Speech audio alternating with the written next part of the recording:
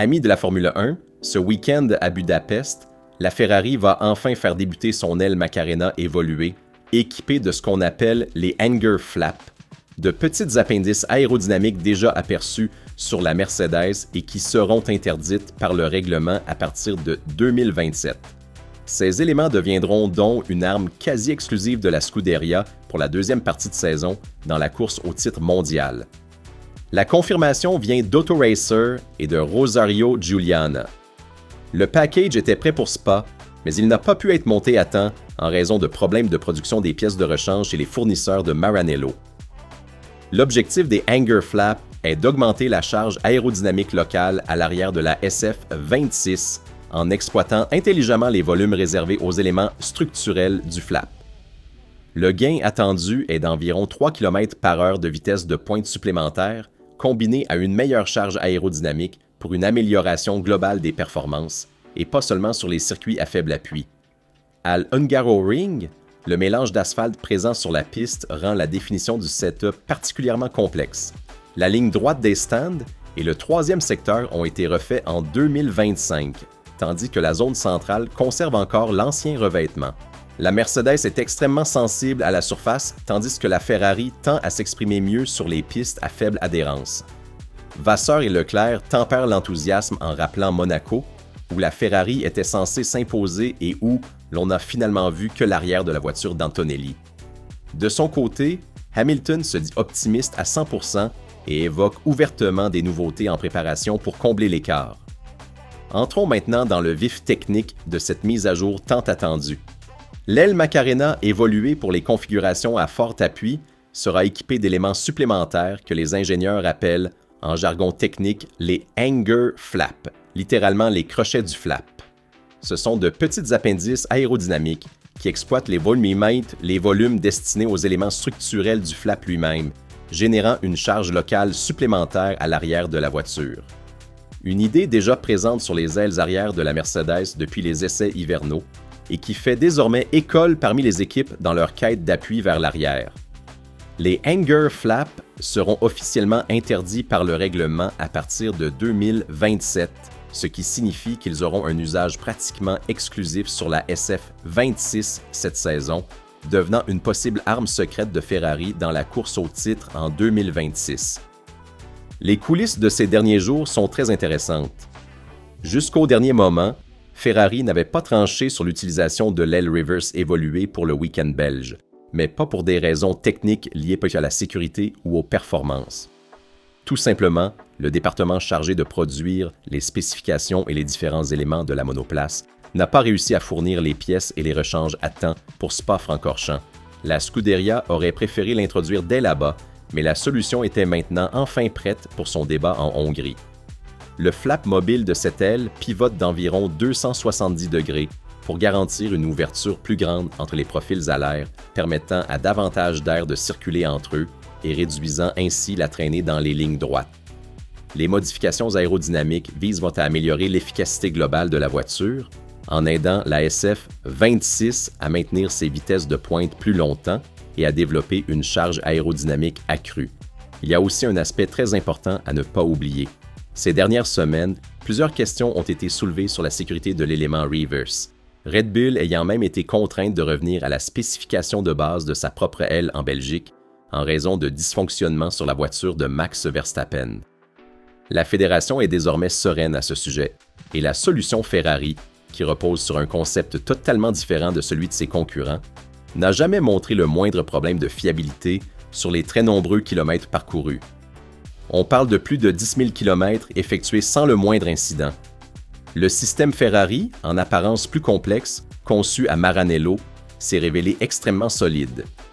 Il est toutefois évident que les ingénieurs de la Scuderia n'ont pas voulu précipiter le débat de la version mise à jour, justement pour ne pas compromettre la fiabilité éprouvée lors des tests.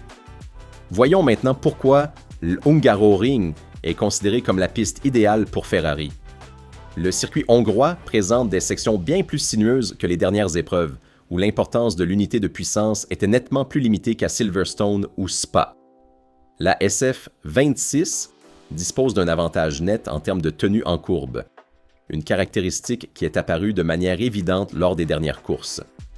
Sur le plan de la traction et du freinage, Ferrari s'en sort désormais très bien par rapport au début de saison.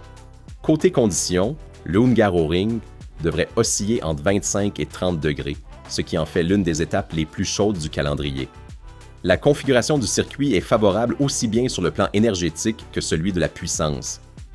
Vasseur lui-même a déclaré que la prochaine piste sera un peu plus de notre côté.